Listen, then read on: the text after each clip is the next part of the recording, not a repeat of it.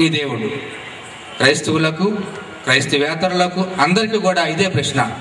ఇటువంటి శ్రేష్టమైన ఉన్నతమైన అంశాన్ని ప్రసంగించడానికి మన మధ్య దైవజనులు ఎడ్వర్డ్ విలియమ్స్ గారు ఉన్నారు. వారికి సమయాన్ని అప్పగిస్తూ సెలవు కావాలని అడిగాడంట. వాళ్ళ బాస్ చాలా కాబట్టి తనకి సెలవు ఇస్తాడో లేదో అనే చాలా భయంతో వెళ్తూ ఉన్నాడంట. వెళ్ళి వాళ్ళ బాస్ దగ్గరికి వెళ్ళి అన్నాడంట, అయ్యగారు మా అక్కయ్య మ్యారేజ్ ఫిక్స్ అయింది, మా నాన్నగారు అమ్మగారు ఎవరు సరిగ్గా లేరు, మాకు వివాహాన్ని నేనే చేయాలి, కాబట్టి నాకు ఒక వారం రోజులు సెలవు ఇవ్వండి అని చాలా దీనమొహం పెట్టి అడిగాడంట. అడిగితే వాళ్ళ బాస్ ఆ రోజు ఎందుకో చాలా విచిత్రంగా రేపురా ఆలోచిద్దాం అన్నాడు అనుకోండి. ఈయన బయటికి వెళ్ళిపోయి చాలా ఆనందిస్తున్నాడంట. బాస్ చాలా నెమ్మదిగా మాట్లాడాడు, కోపగించుకుంటాడు, తిడతాడు, అది ఇది అనుకున్నానని అన్నాడు. అనుకొని నెక్స్ట్ డే వెళ్ళాడంట. వెళ్ళి అయ్యగారు మరి సెలవు ఇస్తానన్నారు, ఏమైంది అని అన్నాడంట. అంటే వాళ్ళ బాస్ చాలా కోపంగా చూశాడంట. అరే నేను పిచ్చోడు అనుకున్నావా, మోసం చేద్దాం అనుకుంటున్నావా, అది ఇది అని గట్టిగా అరిశాడంట. అరిస్తే ఈయనకేం అర్థం కాలేదంట. ఏమైంది, ఎందుకు ఇట్లా మాట్లాడుతున్నాడు ఈయన అని ఆలోచిస్తూ ఉన్నప్పుడు అడిగాడంట, అయ్యగారు ఏమైందండి, ఎందుకు అంత కోపం వస్తుందంటే, నేను మీ ఇంటికి ఫోన్ చేశాను, నాకు తెలిసింది ఏంటంటే మీ అక్కకి పెళ్ళి అయిపోయిందంట కదరా, పెళ్ళైన అక్కకి అంటారు నువ్వు పెళ్లి చేసేది, అక్కకి పెళ్లి అని అబద్ధం ఆడి వారం రోజులు సెలవు ఆడుతాం అనుకున్నావా, అది ఇది అని భయంకరంగా తిట్టాడంట. తిడితే ఈయన పక్కకి తిరిగి నవ్వుకొని ఈయనకి ఏమనాలో అర్థం కాలేదంట. తలగా ఉంచుకొని, అయ్యగారు నేను మిమ్మల్ని మోసం చేసిన మాట వాస్తవమే, మిమ్మల్ని ఏమనాలో నాకు అర్థం కావట్లేదండి అన్నాడంట. అదేంటో అట్లా అంటున్నావు అంటే, అసలు యథార్థంగా చెప్పాలంటే నాకు అసలు అక్కే లేదండి అన్నాడంట. మోసం చేద్దాం అనుకోవటం, యథార్థంగా లేకపోవటం అనేది ఈ లోకంలో చాలా సహజం. కానీ మోసం చేయటం అనేది ఓ ప్రాముఖ్యమైనటువంటి విషయం గురించి వస్తే మన జీవితాన్ని మనమే నాశనం చేసుకున్న వాళ్ళం అవుతాం. యథార్థత లేకపోవటం అనేది సహజం. కానీ యథార్థత లేకపోతే ఏదో ఒక దినాన్న ఖచ్చితంగా మనం పట్టుబడతాం. సత్యం అనేది ఎప్పటికీ విజయాన్ని సాధించేదే. కొన్ని విషయాల్లో ఎవరైనా విషయాన్ని చెప్పినప్పుడు అంగీకరించలేకపోవడానికి రెండు ప్రాముఖ్యమైనటువంటి కారణాలు ఉండొచ్చు. ఒకటి ప్రెజుడి, అంటే అపోహ. అపోహలు ఉన్నట్లయితే వాస్తవాన్ని అంగీకరించడం చాలా కష్టం. మన ఇంటి పక్కన ఎప్పుడు అబద్ధం చెప్పేవాడు ఎవడన్నా వచ్చి ఒక విషయం చెప్తే, వీడు ఎప్పుడు అబద్ధం చెప్పేవాడు, వీడు నిజం చెప్తాడా? అపోహ ఉన్నట్లయితే వాస్తవాన్ని అంగీకరించడం, ఇది ఒక కారణం. రెండోది ల్యాక్ ఆఫ్ నాలెడ్జ్. సరైనటువంటి సమాచారం లేకపోతే కూడా వాస్తవాన్ని అంగీకరించలేం. సరైనటువంటి సమాచారం లేనప్పుడు తప్పుడు సమాచారమే వాస్తవంగా కనబడుతుంది, దాంట్లోనే జీవించడానికి ప్రయత్నం చేస్తాం. ఆ తప్పుడు సమాచారంలోంచి బయటికి రావడానికి ఎవరన్నా ప్రయత్నం చేసి ఇది అని చెప్తే దాన్ని అంగీకరించడానికి దమ్ము కావాలి, దాన్ని అంగీకరించడానికి తాహతు కావాలి. ఈ దినాన్న అలాంటి విషయాన్ని మేము ముందు పెట్టబోతున్నాను. అయితే దానికి ముందు ఒక చిన్న మాట చెప్తాను. 1633లో ఓ ప్రముఖ శాస్త్రవేత్త ఉండేవాడు. ఆ శాస్త్రవేత్త ప్రపంచాన్నంతటినీ కదిల్చేటువంటి ఒక మాటను ప్రబోధించడం మొదలు పెట్టాడు. అప్పటికి కొన్ని సంవత్సరాల ముందే ఆ వాస్తవం బయటపడింది. కానీ ఈ వ్యక్తి ఆ వాస్తవాన్ని ప్రపంచానికి అందించడం మొదలు పెట్టాడు. చర్చి వాళ్ళు, క్రైస్తవ మత నాయకులు ఆయన్ని ఇబ్బందులు పెట్టడం మొదలు పెట్టారు. ఇది బయటికి చెప్పొద్దు అని అన్నారు. కానీ ఆయన అన్నాడు, ఇది వాస్తవం, చెప్పకుండా నేను ఎలా ఉండగలను అని అంటే ఆయన్ని గదిలో పెట్టేశారు, తలుపేసేశారు. కొన్ని సంవత్సరాల పాటు ఆయన్ని బయటికి రాయనివ్వలేదు. ఆయన అద్భుతమైనటువంటి పుస్తకాన్ని ఆయన రాస్తే ఆ పుస్తకం ముద్రించబడకుండా ఆపేశారు. చాలా సంవత్సరాలు అలాగే ఉంచేశారు. ఆయన ఆ వాస్తవాన్ని బయటికి బహిర్గతం చేయకుండానే చచ్చిపోయాడు. ఆ శాస్త్రవేత్త ఎవరో కాదు, గలీలియో అందించాలనుకున్నటువంటి వాస్తవం ఏంటి అని అంటే, అప్పుడు దాకా ప్రపంచం అనుకునేది భూమి కేంద్రమని, భూమి చుట్టూ సూర్యుడు తిరుగుతాడని, అది వాళ్ళకు ఉన్నటువంటి నమ్మకం. కానీ కోపర్నికస్ మొట్టమొదటిసారిగా అది తప్పు అని బయట పెట్టాడు. గలీలియో జూపిటర్ కనుక్కున్నటువంటి ఆ అద్భుతమైనటువంటి దినాల్లో వాస్తవాన్ని బయటికి ప్రబోధించాలని ఇష్టపడుతున్నాడు. ఏమన్నా తెలుసా, ప్రపంచానికి కేంద్రం ఆయన మాటల్లో భూమి కాదు, సూర్యుడు. హీలియోసెంట్రిక్ వరల్డ్, సూర్యుడే కేంద్రంగా ఈ యొక్క ప్రపంచాన్ని ఆయన ప్రబోధించడం మొదలు పెడితే క్రైస్తవ మత నాయకులు ఇది తప్పు అని అన్నారు. మా బైబిల్ బోధించేది వేరుగా ఉన్నది కాబట్టి దీన్ని అంగీకరించలేం అని ఆయన్ని గదిలో పెట్టేశారు, చంపేద్దాం అని అనుకున్నారు. కానీ ఏం జరిగింది? ఆ వాస్తవాన్ని కప్పిపెట్టలేకపోయారు. అక్టోబర్ 31వ తారీఖు 1992 సంవత్సరంలో పోప్ జాన్ పాల్ II ఆయన 400 సంవత్సరాల తర్వాత ఒక ఉత్తరం రాశాడు. ఏమన్నా తెలుసా? గలీలియో, మేము చేసింది తప్పు, మమ్మల్ని క్షమించు అని. వాస్తవాన్ని ఎవరు మార్చలేరు, వాస్తవం మనల్ని మార్చాలి. మార్చి 2008 సంవత్సరంలో గలీలియో స్తూపాన్ని వాటికన్ పట్టణంలో కట్టించాలి అని అనుకున్నారు. ఎందుకు? అలనాడు ఆయన్ని జైల్లో పెట్టినందుకు, అలనాడు ఆయన బయట ప్రపంచానికి అందించాలనుకున్నటువంటి వాస్తవాన్ని కప్పిపుట్టినందుకు. గలీలియో బైబిల్ కి వ్యతిరేకి కాదు, కానీ ఆయన చెప్పాడు మీరు నమ్మేది తప్పు, మీరు నమ్మేది తప్పు. వాస్తవాన్ని కప్పిపెడదాం అనుకున్నారు కానీ వాస్తవాన్ని కప్పిపెట్టలేకపోయారు. You can never bury truth. సత్యాన్ని ఎప్పటికీ మనము సమాధి చేయలేం. సత్యం ఏదో ఒక దినాన్న మనం ఎదుర్కోవాల్సి వస్తుంది.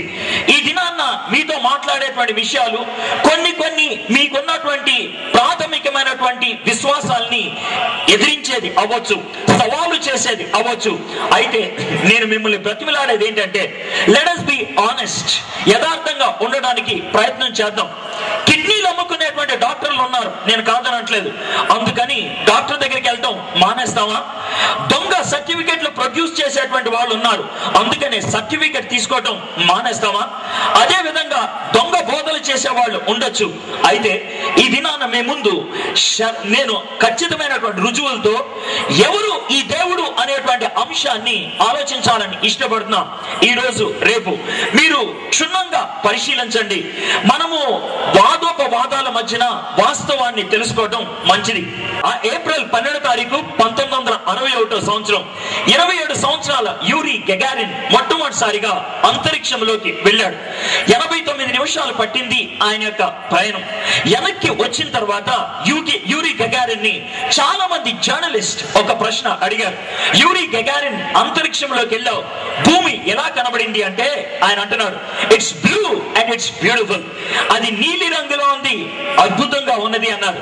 ఆ తర్వాత వాళ్ళు అన్నారు, నీకు దేవుడు కనబడ్డాడా అని అంటే, కిటికీలోంచి చూశాను బయటికి, I did not see any God up there. నేను అక్కడ ఏ దేవుణ్ణి చూడలేదు అని అంటున్నాడు.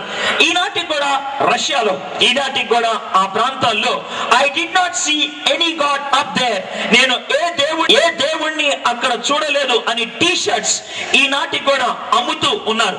Even today those T shirts are available. Yuri Gagarin యొక్క డైలాగ్, ఆయన మాటల్లో చెప్పాలంటే ఇలా అంటాడు, some say that God is living up in space. I was looking around attentively but I did not see anyone there. I did not detect angels or gods. I do not believe in God or angels. I believe in man, his strength, his possibilities and his reason. చాలా మంది చెప్తూ ఉంటారు దేవుడు అక్కడ ఉంటాడని. నేను తొంగి చూశాను, నాకు దేవుడు కనబడలేదు, దేవదూతలు కనబడలేదు. నేను నమ్మేది దేవుణ్ణి కాదు, దేవదూతల్ని కాదు. నేను నమ్మేది మానవుణ్ణి, ఆయనకున్నటువంటి శక్తిని, ఆయనకున్నటువంటి వివేచనని. ఇది 1961 ఏప్రిల్ 12వ తారీఖున అంతరిక్షంలోకి వెళ్ళినటువంటి యూరీ గగా. చంద్రుడికి అవతల భాగానికి 3 మానవులు వెళ్ళగలిగారు. వాళ్ళు 3 American astronauts, Frank Borman, James Lovell and William Anders. వాళ్ళు 3 అవతలకి వెళ్ళారు. వాళ్ళు మొట్టమొదటిసారిగా చంద్రుడి మీద నుంచి భూమి ఎలా ఉంటుందో ఒక్కసారి కిటికీ తెరిచి చూసి వాళ్ళు ఆనందించడం మొదలు పెట్టారు.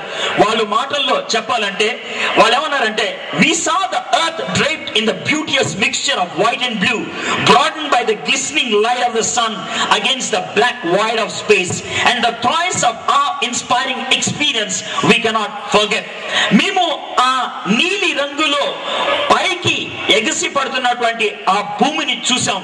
వెనకాలంతా నల్లటి ఆకాశం. ఆ ఆకాశములో ఈ నీలి రంగులో భూమి ఉదయిస్తూ ఉంటే అద్భుతంగా అనిపించింది అని అన్నారు. ఆ తర్వాత మొట్టమొదటిసారిగా చంద్రుడి మీద నుంచి భూమి మీదకి కనెక్షన్ లైవ్ చేశారు. లైవ్ చేసినటువంటి ఆ సమయంలో ఆ ముగ్గురు ఆస్ట్రోనాట్స్ తొలిసారిగా చంద్రుడి మీద నుంచి పలికినటువంటి మాటలు మీ చెవులతోనే వినండి.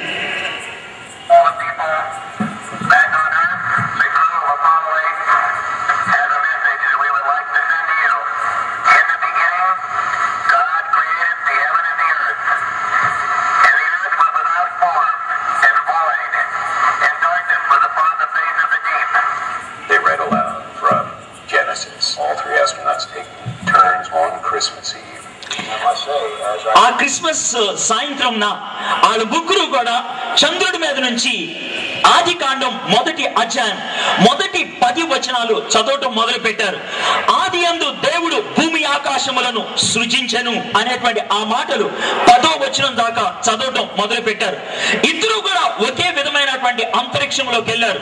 ఒక ఆయన అన్నాడు, నాకు దేవుడు కనబడలేదు, I don't believe in God అని అన్నారు. ఇంకొక ఆయన అన్నాడు, I see the hand of God in the creation of the world. ప్రపంచం యొక్క ఆవిర్భావంలో దేవుని యొక్క హస్తాన్ని నేను గుర్తెరుగుతున్నాను అని అంటున్నారు. ఒక మాటలో చెప్పాలంటే ఈ ఇద్దరు కూడా యూరి గెగారిన్ గాని లేకపోతే ఫ్రాంక్ బార్మన్ మొట్టమొదటిసారిగా చదివినటువంటి వ్యక్తి అంతరిక్షంలోకి భూమి మీద కొట్టుకొంటున్నటువంటి ఒక ప్రశ్నను తీసుకెళ్లారు. ద క్వశ్చన్ ఇస్ దిస్, మానవుడు అడిగేటువంటి ప్రశ్న ఏంటి అని అంటే, is it God who made man or is it man who is making gods? దేవుడే మానవుణ్ణి సృష్టించాడా లేకపోతే మానవులే దేవుణ్ణి సృష్టించుకుంటున్నారా? What is the truth? వాస్తవం ఏంటి? మనమే దేవుళ్ళమా లేకపోతే మనకి దేవుడు ఎవరైనా ఉన్నారా? Is there a God for us or are we gods for ourselves? అది ఈ దినాన్న మనం తెలుసుకోవాల్సింది. ఈ ప్రశ్నకు గనక ఒకవేళ జవాబు దొరికినట్లయితే మనకున్నటువంటి అనేకమైనటువంటి ప్రశ్నలకు జవాబు దొరుకుద్ది. ఉదాహరణకి మన పూర్వీకులు అడిగారు, నా జీవితానికి పరమార్థం ఏంటి? What is the meaning of my life? What is the purpose of my life?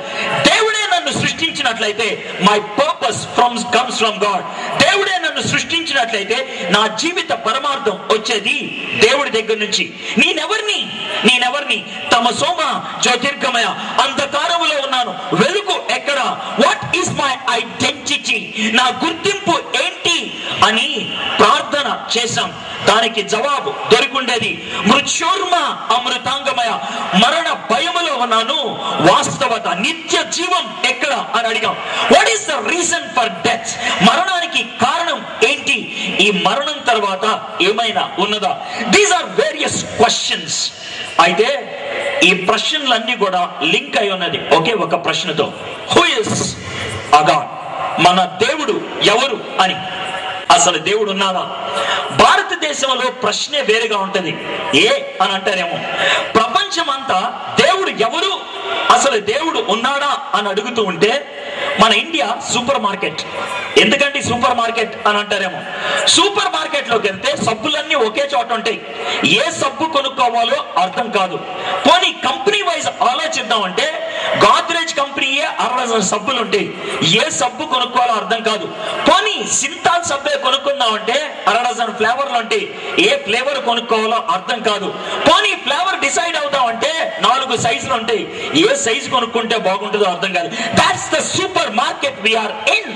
మనం ఉన్నటువంటి ప్రపంచం అటువంటిది. ఎందుకంటున్నాను సూపర్ మార్కెట్ అని అంటే, ఈ దేశంలో 108 కోట్ల మంది ఉన్నటువంటి ఈ ప్రపంచం, ఈ దేశంలో 33 కోట్ల మంది దేవుళ్ళని దేవతల్ని పూజ చేస్తున్నారు. ఒకవేళ దేవుణ్ణే ఆధారంగా పెట్టుకొని ఎలక్షన్లు పెడితే ఈ దేశంలో ఏ దేవుడికి కూడా డిపాజిట్ రాదు. ఏ అని అంటారేమో, ప్రతి ఒక్కళ్ళు ఓ కొత్త దేవుడికి ఓటేస్తే ప్రతి దేవుడికి వచ్చేది 3 ఓట్లే, only 3. That is the situation. అది మన ప్రపంచంలో, మన దేశంలో ఉన్నటువంటి పరిస్థితి. ఇటువంటి 33 కోట్ల దేవతల్ని పూజ చేసేటువంటి ఈ దేశంలో నిజమైన దేవుడు ఎవరు అని ఆలోచించాలంటే, చాలా కాలం క్రితం నేను నేర్చుకున్నటువంటి ఓ కథ గుర్తొస్తుంది. అనగనగా ఓ ఊర్లోకి ఒక సర్కస్ వచ్చిందంట. ఆ సర్కస్ లో ఒక ఏనుగు ఉండేదంట. ఆ ఏనుగుని రోజు పొద్దున్నే ఊరేగించేవాళ్ళు. ఆ ఊర్లో ఉన్నటువంటి పిల్లలంతా ఆ ఏనుగుని చూసి నవ్వుతూ ఉండేవాళ్ళు, కేరింతలు పెడుతూ ఉండేవాళ్ళు. ఆ ఊర్లో 4 గుడ్డోళ్ళు ఉన్నారు. ఆ గుడ్డోళ్ళకి ఏనుగుని చూడాలనేటువంటి ఆశ. చిన్నప్పటి నుంచి గుడ్డితనం, వాళ్ళకి ఎలా ఉంటాయో కళ్ళు తెలియదు, ఏనుగు ఎలా ఉంటుందో. సరే, ఒక నిర్ణయంకి వచ్చారు, మనం సర్కస్కి వెళ్దాం అని సర్కస్కి వెళ్ళిపోయారు. రిక్వెస్ట్ చేసి నలుగురు ఏనుగుని తాకి బయటకు వచ్చేసారు. కూర్చొని డిస్కస్ చేస్తున్నారు. ఓహో, ఏనుగంటే ఏదేదో అనుకున్నారా, వీళ్ళేదో కేరింతలు కొడుతుంటే నాకేం అర్థం కాలేదు. ఏనుగంటే ఇప్పుడు నాకు అర్థమైంది. ఏనుగంటే ఏముందిరా, ఓ తాడు అన్నాడంట ఒకడు. నువ్వు చెప్పేది తప్పరా, ఏనుగంటే మా ఇంటి వెనకాల ఉండేటువంటి అరిటి బాదు అని అన్నాడంట. మీ ఇద్దరు చెప్పేది రాంగ్ రా, నాకు బాగా తెలుసు, ఏనుగు మా ఇంటి గోడలాగా ఉంటుంది అన్నాడు. ఇంకొకడు, కాదురా, ఏనుగు ఈ మూడు కాదు, ఏనుగు మా అమ్మ అప్పుడప్పుడు బియ్యం చెరుగుద్దే చాట, ఆ చాట లాగా ఉంటది అని అన్నాడంట.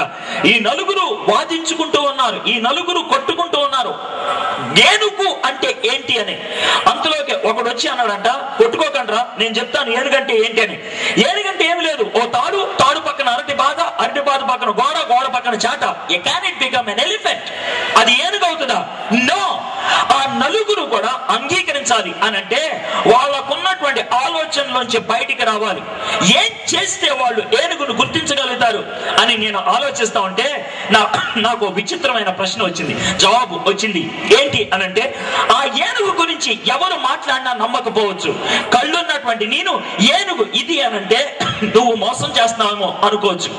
అయితే ఒకే ఒక పని జరగగలిగితే ఖచ్చితంగా వాళ్ళు ఏనుగుని అంగీకరించగలుగుతారు. అది కూడా అంగీకరించలేకపోతే ఇంకేం చేయలేం. ఏంటి అని అంటారేమో, ఆ ఏనుగే మాట్లాడగలిగితే, ఆ ఏనుగే ఇలా మాట్లాడితే, హే నేను ఏనుగుని మాట్లాడుతున్నాను, మీరు తాడు అనుకునేది నా తోక, అరటి బాదు అనుకునేది నా కాలు, అలాంటి నాకు 4 ఉన్నాయి, గోడ అనుకునేది నాకు పొట్ట, చాట అనుకునేది నా చెవి, అలాంటి 2 ఉన్నాయి అని ఎక్స్ప్లెయిన్ చేస్తే అప్పుడైనా వాళ్ళు నమ్మకపోతే ఇక మనకు మార్గమే లేదు. దేవుడు ఎవరు అని 33 కోట్ల దేవుళ్ళని పూజించేటువంటి ఈ సమాజంలో మేబీ దేవుడే వచ్చి హాయ్ నేను దేవుణ్ణి అంటే కూడా అంగీకరించడం కష్టమేనేమో. It may be difficult, but let us try. ఆలోచించడానికి ప్రయత్నం చేద్దాం.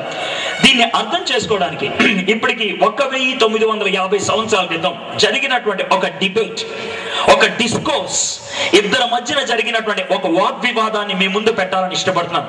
చారిత్రకమైనటువంటి ఈ వాగ్వివాదం ద్వారా దేవుడు ఎవరు అనేది మనం ఆలోచించడానికి యోగ్యమవుతుంది అని నేను అనుకుంటున్నాను. కంగారు పడాల్సిన అవసరం లేదు. ఆ దేవుడు ఎవరో ఈ రోజు నేను చెప్పను, టెన్షన్ పడాల్సిన అవసరం లేదు. ఆ దేవుణ్ణి తెలుసుకోవడానికి తొలి మెట్టు మాత్రమే ఈ రోజు మీ ముందు పెట్టడానికి ప్రయత్నం చేస్తాం.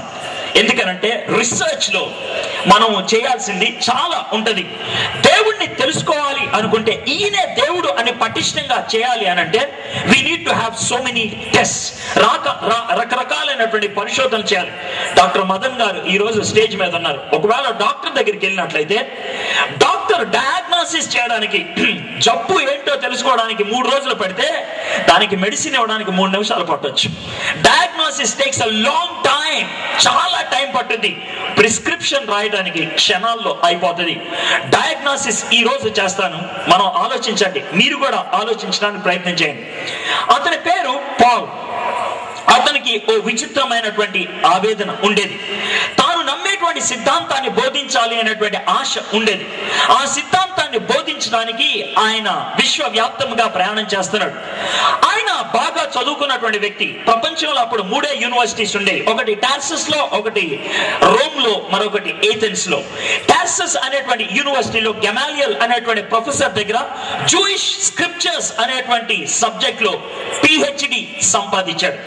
ఆయన మన మధ్యకి వస్తే గనక డాక్టర్ పాల్ లేకపోతే ఆచార్య పౌలు అనాలి. That was he. అటువంటి వ్యక్తి తన జీవితంలో ఏదైనా నమ్మినట్లయితే దాన్ని ఇతరులకు చెప్పకుండా ఉండలేడు.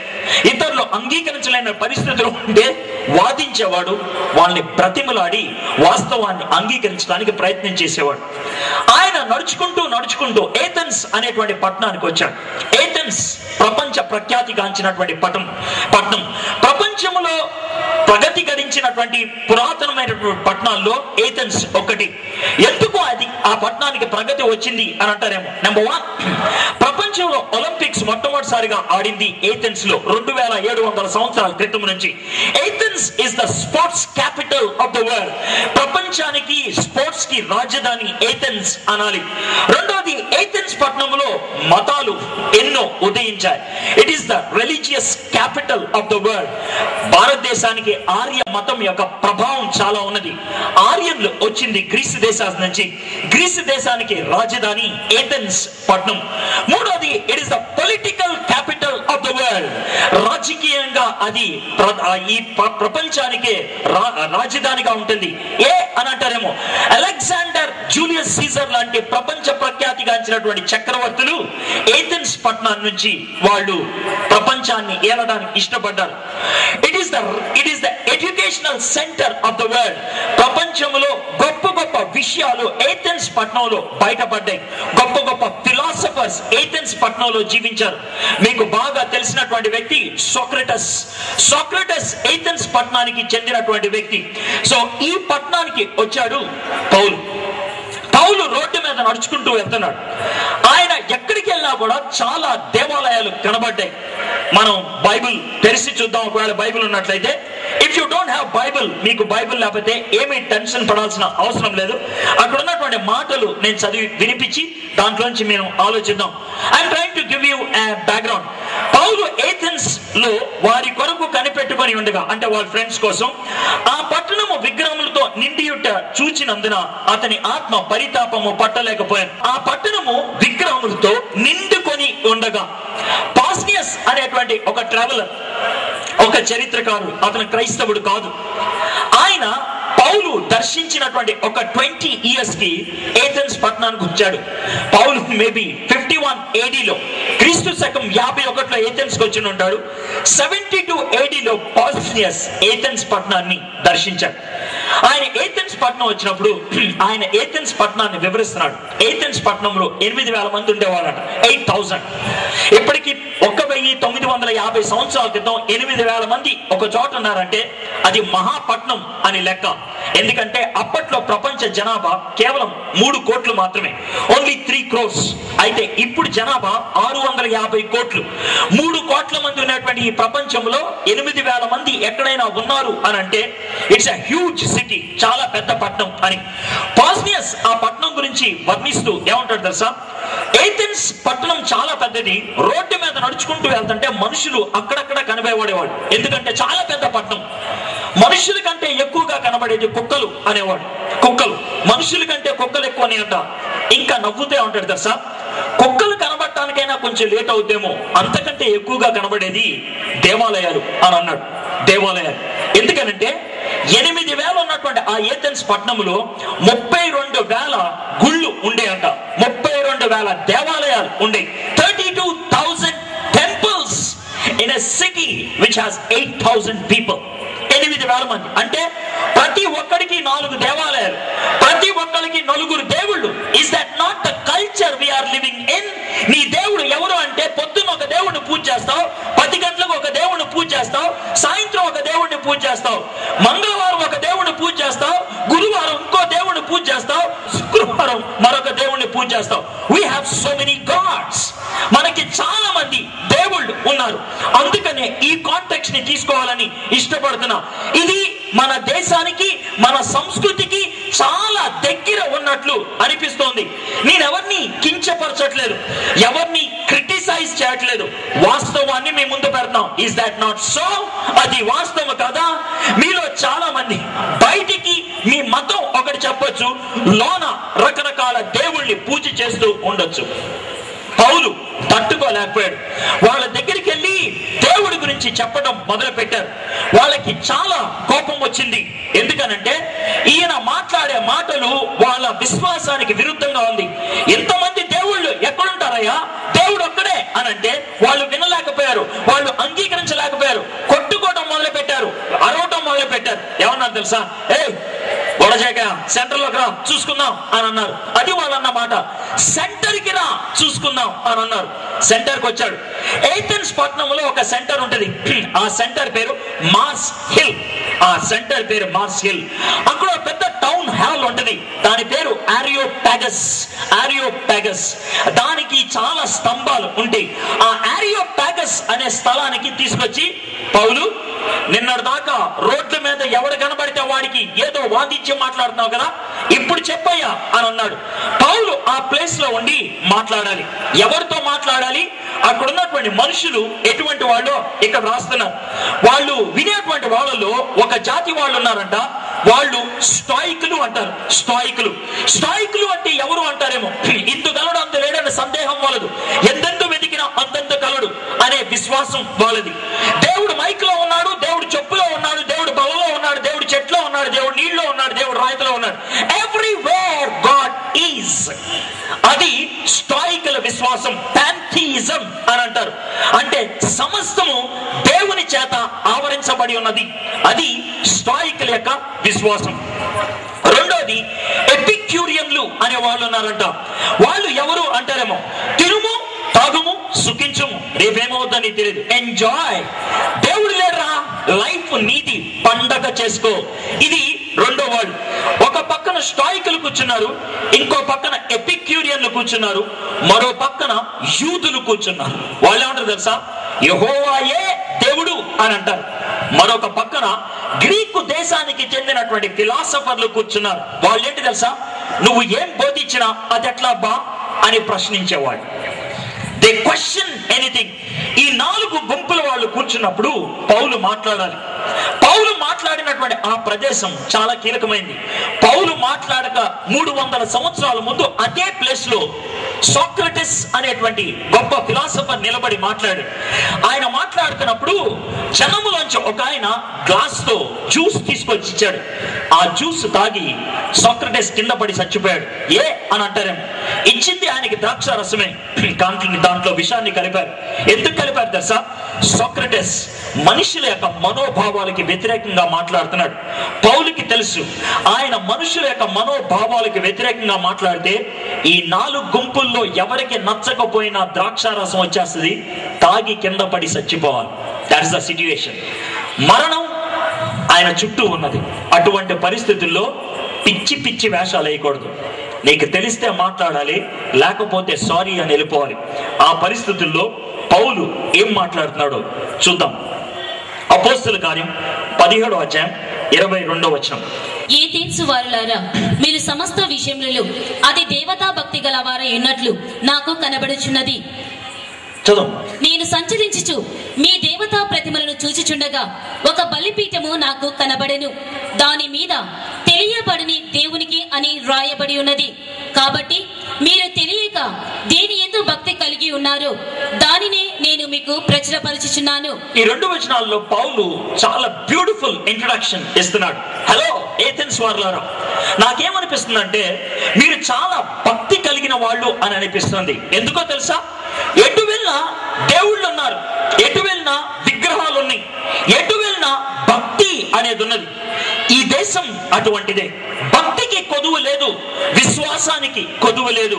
ఒకవేళ ఎవరైనా గురువు గారు మీ దగ్గరకు వచ్చి నీ కొడుకుని చంపేస్తే నీకు ఆశీర్వాదం వస్తుందనంటే లడ్డు పెట్టి కొడుకుని చంపేయడానికి కూడా సంసిద్ధం ఈ దేశంలో అనేక మంది. దాంట్లో ఎటువంటి అనుమానం లేదు. బట్టలిప్పి ఇక్కడి నుంచి అక్కడ దాకా దొర్లితే నీ పాపాలు పోతాయి అనంటే చాలా మంది బట్టలిప్పి దొర్లే వాళ్ళు ఉంటారు. మురిగుంటలో కాసేపు మునిగి బయటికి రా, అప్పుడు నీకున్నటువంటి ఆ అపవిత్రత పోతుంది అనంటే ముక్కు మూసుకొని మురిగుంటలో కూర్చొని బయటికి రావడానికి సంసిద్ధం ఈ దేశంలో. నేను కించపరచడానికి మాట్లాడలేదు, నేను అనేది ఏంటి తెలుసా? That is the level of faith we have in this country. ఈ దేశంలో మన విశ్వాసం యొక్క స్థాయి అటువంటిది. ఒక ప్రశ్న వెయ్యం, ఎందుకు ఎలాగా అని అడగం. ఎవరు ఏది చెప్పినా చేయడానికి సంసిద్ధమే. The reason is this. కారణం ఏంటి తెలుసా? దైవ భక్తి ఈ దేశంలో చాలా ఎక్కువ. అందుకే దేవుణ్ణి పూజ చేయడానికి తహతహలాడతాం. దేవుడికి ఏమి అర్పించమన్నా అర్పిస్తాం. తల నీలాలు ఇమ్మంటే ఇస్తాం. నిలువ దోపిడీ చేయించుకోవడానికి ఇష్టపడతాం. The reason is this, we are very religious. చాలా భక్తి కలిగినటువంటి వాళ్ళు కూడా అటువంటి వాళ్ళే. అయితే పౌలు పౌలు భక్తుడు ఇలాగా విగ్రహాలన్నీ జాగ్రత్తగా చూస్తూ ఉంటే ఒక చోట ఒక స్టేజ్ ఉన్నదంట. గుడిలోకి వెళ్ళాడు, స్టేజ్ ఉన్నది, దాని మీద విగ్రహం ఉండాలి. లేదు, అరే విగ్రహం ఇరిగిపోయిందేమో అని అటు ఇటు చూస్తున్నాడు, ఎక్కడా విగ్రహం లేదు. కింద ఒక మాట రాస్తుంది, మన భాషలో చెప్పాలంటే ఆకాశ రామన్నకి అని రాస్తుంది. ఆకాశ రామానికి, టు అన్ అన్నోన్ గాడ్, తెలియబడినటువంటి దేవుడికి ఆకాశ రామన్న అని ఎందుకంటారు తెలుసా? నువ్వు ఎవడో నాకు తెలీదు, నువ్వు ఎవడో నాకు తెలీదు. అదే విధంగా వాళ్ళు పూజ చేయడం మొదలు పెట్టారు. దేవుళ్ళని రకరకాలుగా చేసుకున్నారు, రకరకాలైనటువంటి రూపాలు చేసుకోవడానికి ప్రయత్నం చేశారు. స్వామి వివేకానంద, మీలో చాలా మందికి ఆయన అంటే చాలా ఇష్టమైనది, విగ్రహాలు ఎలా వచ్చినాయో ఆయన ఫిలాసఫీని బయట పెడుతున్నాడు. దేవుడు నిర్గుణుడు, వేదాలు చెప్పేది, గుణాలు లేనటువంటి వాడు, ఆత్మ రూపేణ అన్నటువంటి దేవుడికి ఒక రూపాన్ని ఇవ్వటం పాపం. అయితే ఎందుకని ఈ దేశం విగ్రహాలను తయారు చేసుకుంది అనంటే ఆయన ఇచ్చేటువంటి నిర్వచనం ఇది. మానవుడు తెలివి కలిగిన వాడు, తెలివితేటలు ఉన్నాయి అంటానికి ఏం చూపిస్తాం? మన బుర్ర చూపిస్తాం. నాకు చాలా తెలివితేటలు ఉన్నాయి, అతనికి చాలా తెలివితేటలు ఉన్నాయి. మానవుడిగా నాకు తెలివితేటలు ఉన్నాయి అంటే దేవుడికి ఇంకెంత తెలివితేటలు ఉండాలి? చాలా ఎక్కువ తెలివితేటలు ఉండాలి. మానవుడిగా నాకు ఒక బుర్ర సరిపోయింది, దేవుడు మహా తెలివి కలిగిన వాడుగా ఇటొక బుర్ర పెడతాను. That's a creation. నాకు శక్తి ఉంది అంటానికి చెయ్యి చూపిస్తా. దేవుడు మహాశక్తివంతుడిగా 2 చేతులు సరిపోవు, ఇట్నుంచి 4 చేతులు వేస్తాను, దేవుడు మహాశక్తివంతుడైపోతాడు. నేను 2 కళ్ళతో సమస్తాన్ని చూడగలుగుతాను, దేవుడు అన్ని చూడాలి కదా, అందుకని 3వ కన్ను పెడతాను. I can do anything just to project my imagination. ఇది నా మాట కాదు, హలో, స్వామి వివేకానంద మాట. Just creation. ఇలా చేసుకుంటూ ఎన్నో రకాలైనటువంటి మిక్స్చర్స్ చేయటం మొదలు పెట్టారు. పులిలో ఏనుగుని కలిపారు, ఏనుగులో కుక్కను కలిపారు, కుక్కలో నక్కను కలిపారు. They had every kind of image. అన్ని అయిపోయిన తర్వాత అసలు దేవుడు అంట ఎలా ఉంటాడు తెలియదురా? ఓ పని చేద్దాం, దేవా నువ్వు ఎవరో మా తెలియదు, నువ్వు ఎలా ఉంటావో మా తెలియదు, ఈ కొబ్బరికాయ నీకే, హలో ఈ అగరొత్తి నీకే, ఈ అత్తిపండు నీకే, ఈ పూజార్పణ నీకే.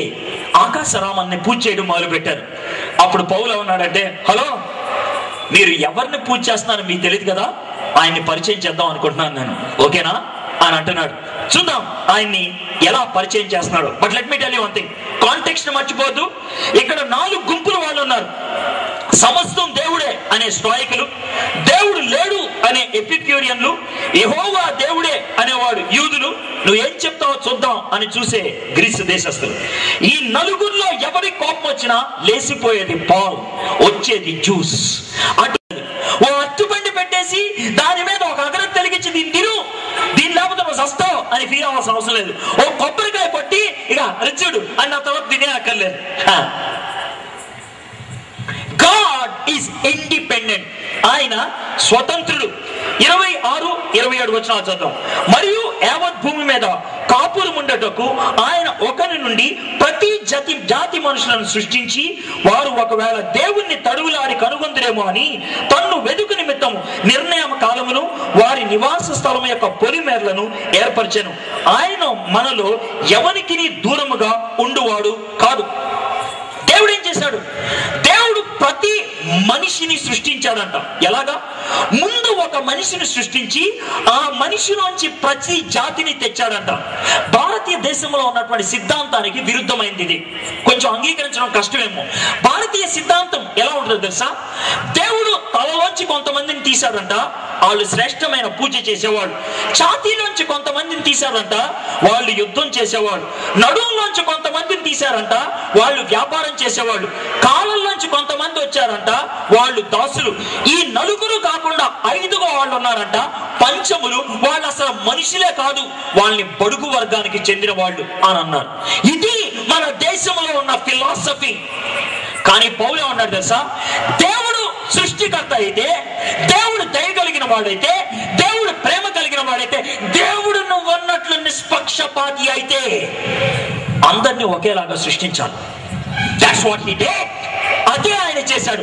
ఒకరిని సృష్టించి వాడిలోంచి సమస్త జీవాన్ని తీసుకొచ్చాడు. ఈ వాస్తవాన్ని ఇప్పటికి 10 సంవత్సరాల క్రితం సైన్స్ అంగీకరించింది. ఎలాగో తెలుసా, నేను ఇందాక చెప్పాను, ఒక సెల్ ని, జీవ కణాన్ని పరిశోధిస్తే 3,84,000 బిట్స్ ఆఫ్ ఇన్ఫర్మేషన్ ఉంటుంది.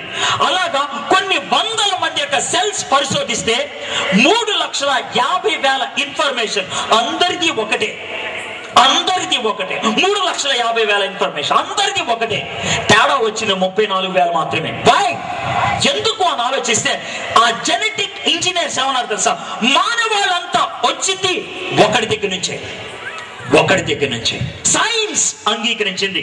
హలో, కులం జాతి అనేది పెట్టుకున్నది మనం, కానీ దేవుడు చూసేది ఒకేలాగా.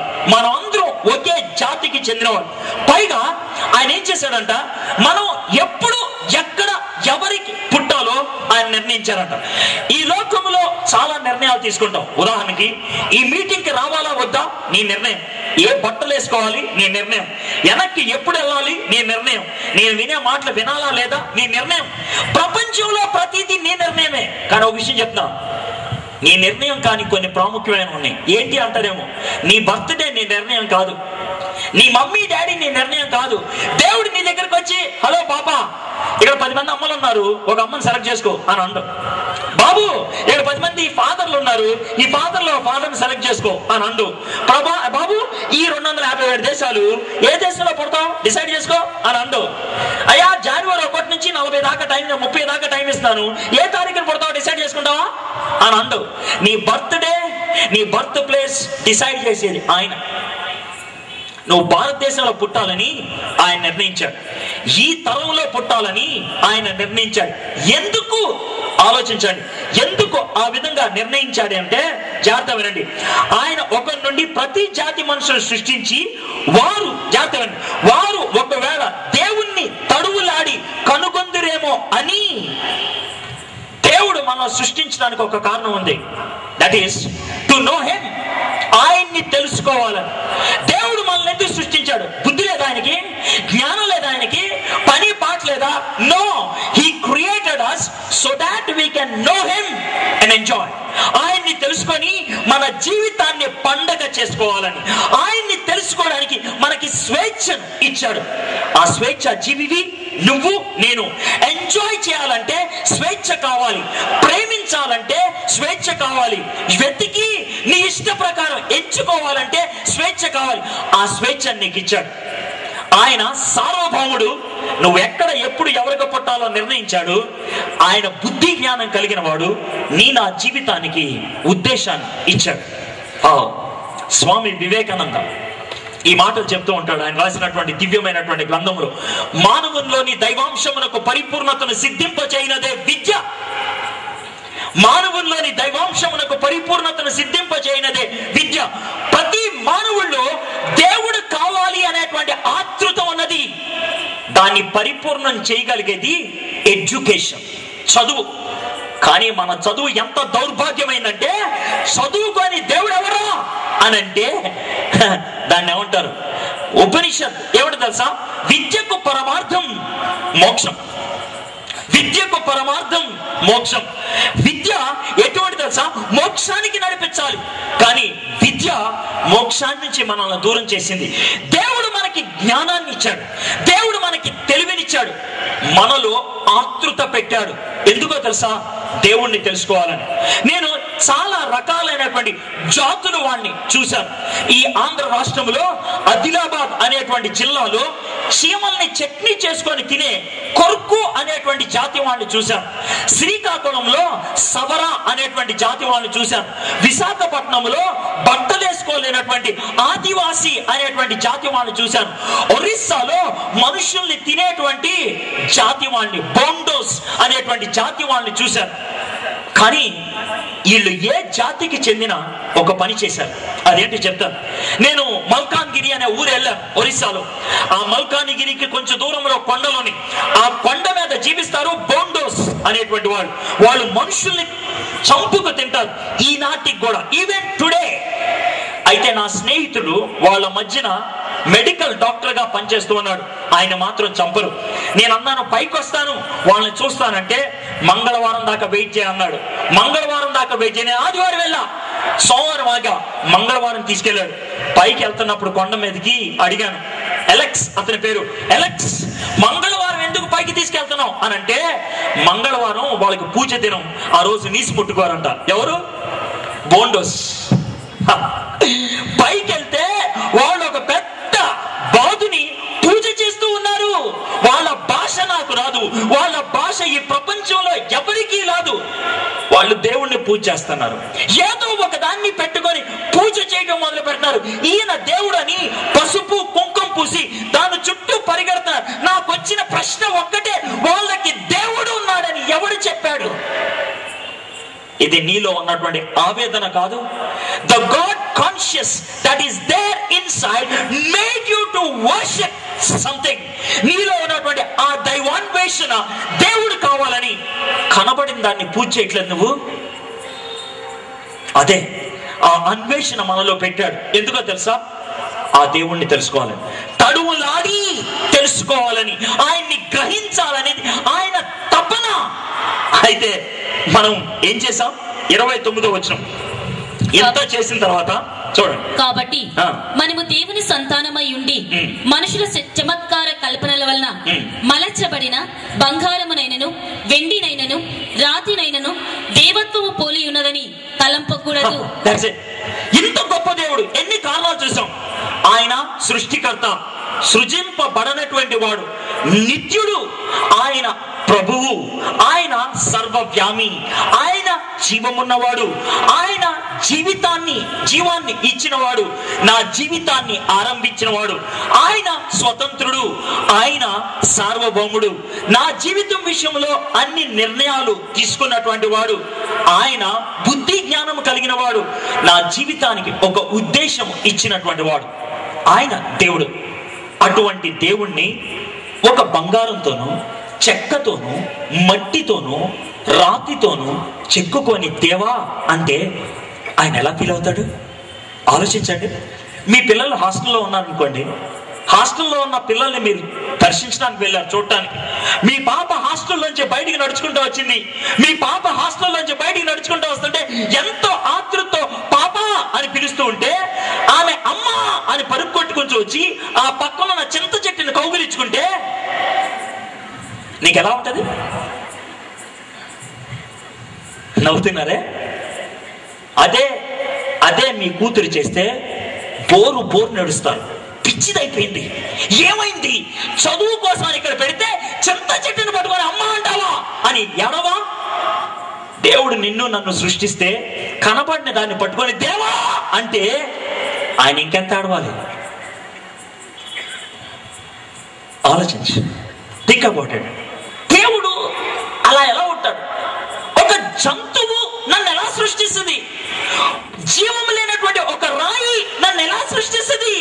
మాట్లాడలేనటువంటి ఒక చెట్టు నన్ను ఎలా సృష్టిస్తుంది? ఎప్పుడైనా ఆలోచించావా ఫ్రెండ్స్? ఆలోచించు. Can you think, can that be your God? అది నీకు దేవుడు అవ్వగలదా? అయితే చూద్దాం ఆయన ఏమంటున్నాడు. 30వ వచనం. ఆ అజ్ఞాన కాలంలోను దేవుడు చూచి చూడనట్లుగా ఉండెను. ఇప్పుడైతే అంతటను అందరూ మారు మనసు పొందవలనని మనుషులకు ఆజ్ఞాపించుచున్నాడు. I like God. దేవుడు నాకు ఇష్టం. ఎందుకో తెలుసా? మనం చెట్టును పట్టుకొని అమ్మ అనంటే అమ్మ మనల్ని చితకొట్టదు. అయ్యో వీళ్ళు ఎందుకు ఇలా అయిపోయారని ఒక డాక్టర్ దగ్గరికి తీసుకెళ్తారు. 10 మందికి చెప్పుకుంటారు. దేవుడు కూడా అలాంటోడే. ఏం చేస్తున్నారు తెలుసా? 10 మందికి చెప్పుకోట్లా, అరే బాబు ఒకసారి కళ్ళు తెరుచుకోరా, ఒక్కసారి కళ్ళు తెరుచుకోరా, నేను రా దేవుణ్ణి, ఆ ప్రాణం లేని నీకు ఎలా దేవుడు అవుతాడా అని మనస్సు మార్చుకోమన్నాడు. దాన్నే మారు మనసు అంటారు. మనస్సు మార్చుకోవడం అని అంటే ఏంటి అని అంటారేమో. కొంతమందిని చూసి వీడా పెద్ద ఎదవలాగున్నాడే అని అనుకోవచ్చు. అతను మాట్లాడుతూ మొదలు పెట్టిన తర్వాత ఆహా నువ్వు ఎదవ అనుకున్నా, ఇప్పుడు అర్థమైందిలే నీ తెలివితేటలున్నాయి, దాన్ని మారు మనసు అంటారు. మనస్సు మార్చుకోవడం, అభిప్రాయాన్ని మార్చుకోవడం. దేవుడంటే ఈ లైట్ అనుకున్నా, ఆహా ఈ లైట్ తయారు చేస్తున్నాడు దేవుడు అని అర్థమైంది నాకు. దేవుడు అంటే ఏంటో నిజం తెలుసుకోవాలని ఒక అవకాశం ఇస్తున్నాడు. ఎందుకు ఇస్తున్నాడు తెలుసా? దేవుడు దయ కలిగిన వాడు. దయ ఉన్నది కాబట్టి మనం చేసిన తప్పుకి మనల్ని చంపేట్లా, నాశనం చేయట్లా, బ్రతిమలాడుతున్నాడు, అవకాశం ఇస్తున్నాడు. దేవుడు దయగలిగిన వాడు. ఇంకో మాటలో చెప్పాలంటే, ఈ మీటింగ్కి మీరు అందరూ వచ్చారు, అనుకోకుండా జరుగుతుంది అనుకుంటున్నారా? దేవుడు ప్రమేయం లేదు అనుకుంటున్నారా? నేను నమ్మేది ఒకటే, మీరు ఈ మీటింగ్కి వచ్చింది దేవుని చిత్తానుసారంగా. ఎందుకో తెలుసా?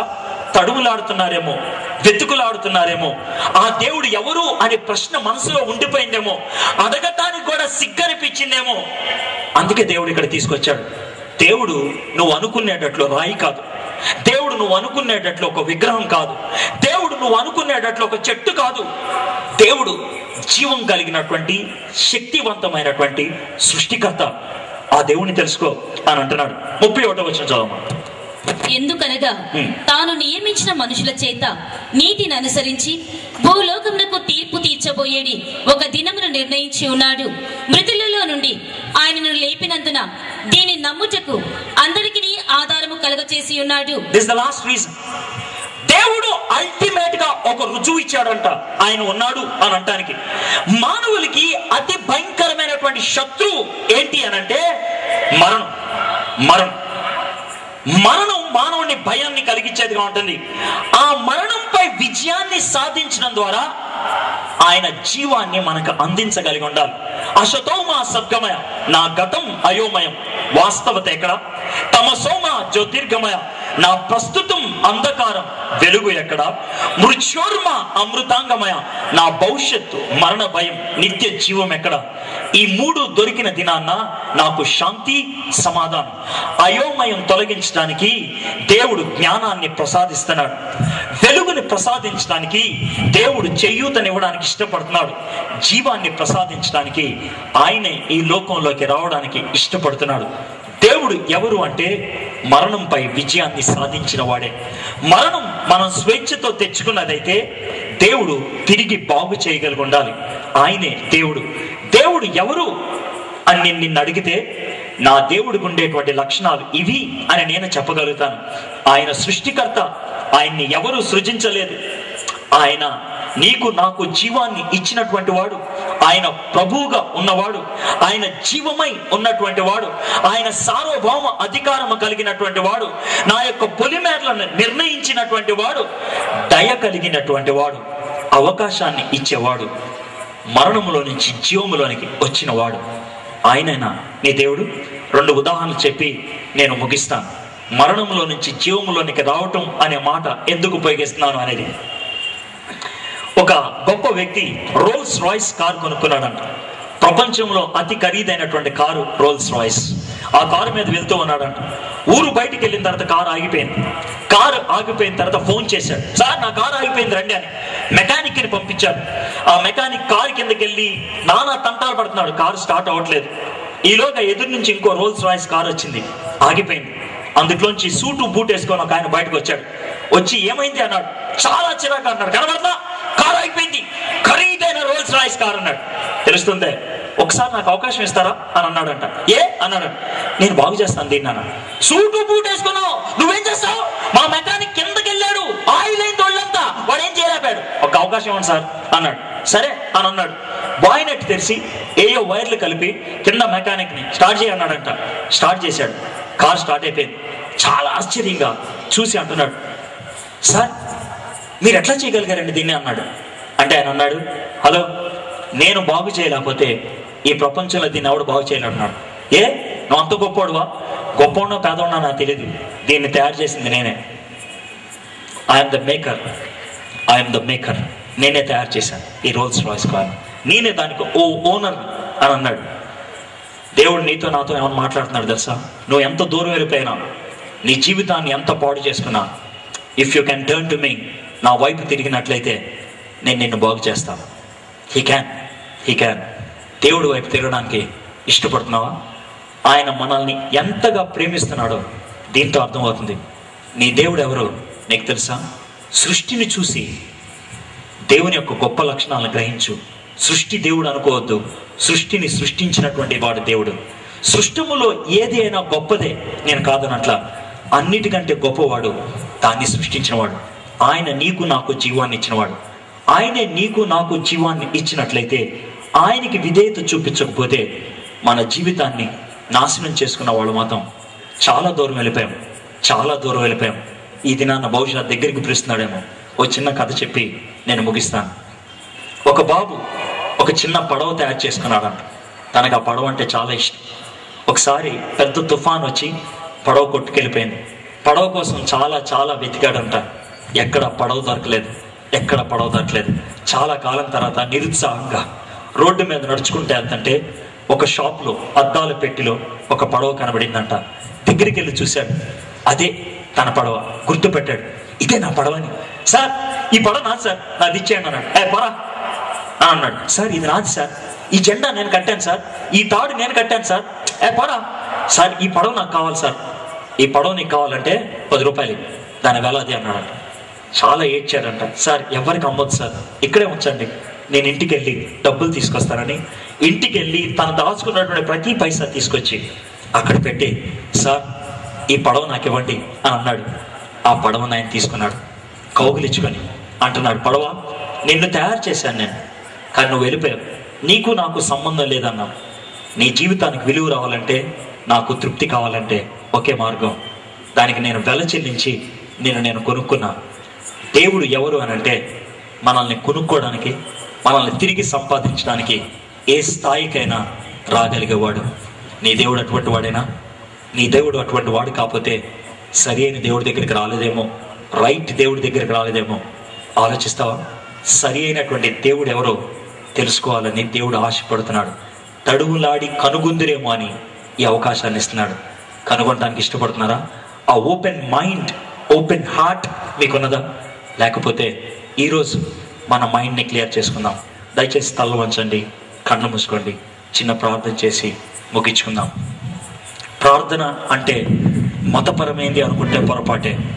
మన మనసుని నిమ్మలం చేసుకొని వినినటువంటి మాటలు తలపోసుకుందాం. మన దేవుడు ఎటువంటి వాడో ఇప్పటిదాకా మనం ఆలోచించాం. ఆయన సృష్టికర్త, ఆయన్ని ఎవరూ సృష్టించలేదు. ఆయన నిత్యుడు, ఆయన ప్రభు అయి ఉన్నాడు. ఆయన సర్వవ్యామి, జీవము కలిగిన వాడు, జీవమిచ్చిన వాడు, నీకు నాకు ఊపిరి ఇచ్చినటువంటి వాడు. నా జీవానికి ఆయన కారకుడు కాబట్టి మనం ఎప్పుడు ఎక్కడ ఎలా పుట్టాలో నిర్ణయించినటువంటి వాడు. మన జీవితానికి ఒక ఉద్దేశాన్ని ఇచ్చినటువంటి వాడు. ఆ ఉద్దేశాన్ని తప్పిపోయినప్పుడు కోపగించుకోకుండా దయ చూపించి అవకాశాన్ని ఇచ్చేటువంటి వాడు. మనల్ని తిరిగి తన వైపు తెచ్చుకోవడానికి మరణాన్ని జయించినటువంటి వాడు. ఆయనేనా నీ దేవుడు? ఆయనే నీ దేవుడు అయితే ఆయనకు కృతజ్ఞతలు చెల్లించు. ఆయన నీ దేవుడు కాకపోతే ఆ దేవుడు ఎవరో తెలుసుకోవడానికి నీ మనసును సిద్ధపరచుకో, పరిశీలించు. నీ దేవుడు ఎవరు? మరణాన్ని జయించిన వాడేనా? జీవం ఇచ్చిన వాడేనా? సర్వవ్యామేనా? సర్వశక్తిమంతుడేనా? ఎవరు ఆ దేవుడు? ఒకవేళ కాకపోతే సరిచేసుకో. దేవా, నీ అద్భుతమైనటువంటి దయకై మీకు వందనాలు చెల్లిస్తున్నాం. మా మీద దయ చూపించాం, మా మీద కరుణ ఉంచాం. నీ నుంచి దూరం అయినప్పుడు కూడా మాకు ఒక అవకాశాన్ని ఇచ్చావు. ఈ దినాన్న అటువంటి అవకాశాన్ని ఇచ్చినందుకు నీకు వందనాలు చెల్లిస్తున్నాం. నిన్ను తడుములాడి తెలుసుకోవాలని నువ్వు చేస్తున్నటువంటి ప్రతి ప్రయత్నానికై మీకు వందనాలు చెల్లిస్తున్నాం. నిన్ను తెలుసుకోవాలని, నీతో సంబంధం కలిగి ఉండాలని తాపత్రయపడుతున్నటువంటి ప్రతి ఒక్కరి గురించి ప్రార్థన చేస్తున్నాం. ప్రభా, మాలో ఎవరికి నువ్వు దూరంగా ఉండేవాడు కాదు, మమ్మల్ని దగ్గర చేసుకోవాలని ఆశపడేవాడు. ఈ రాత్రి మీరు మాతో మాట్లాడినందుకై మీకు వందనాలు చెల్లిస్తున్నాం. మా హృదయాలను సిద్ధపరచమని అడుగుతున్నాం. నిన్ను తెలుసుకోవడానికి, నిన్ను ఆహ్వానించడానికి మమ్మల్ని సిద్ధపరచమని అడుగుతున్నాం. ఈ ప్రార్థన విన్నందుకు మీకు వందనాలు చెల్లిస్తున్నాం. ఆ దేవుని పేరున ఈ ప్రార్థన చేస్తున్నాం. ఆమేన్.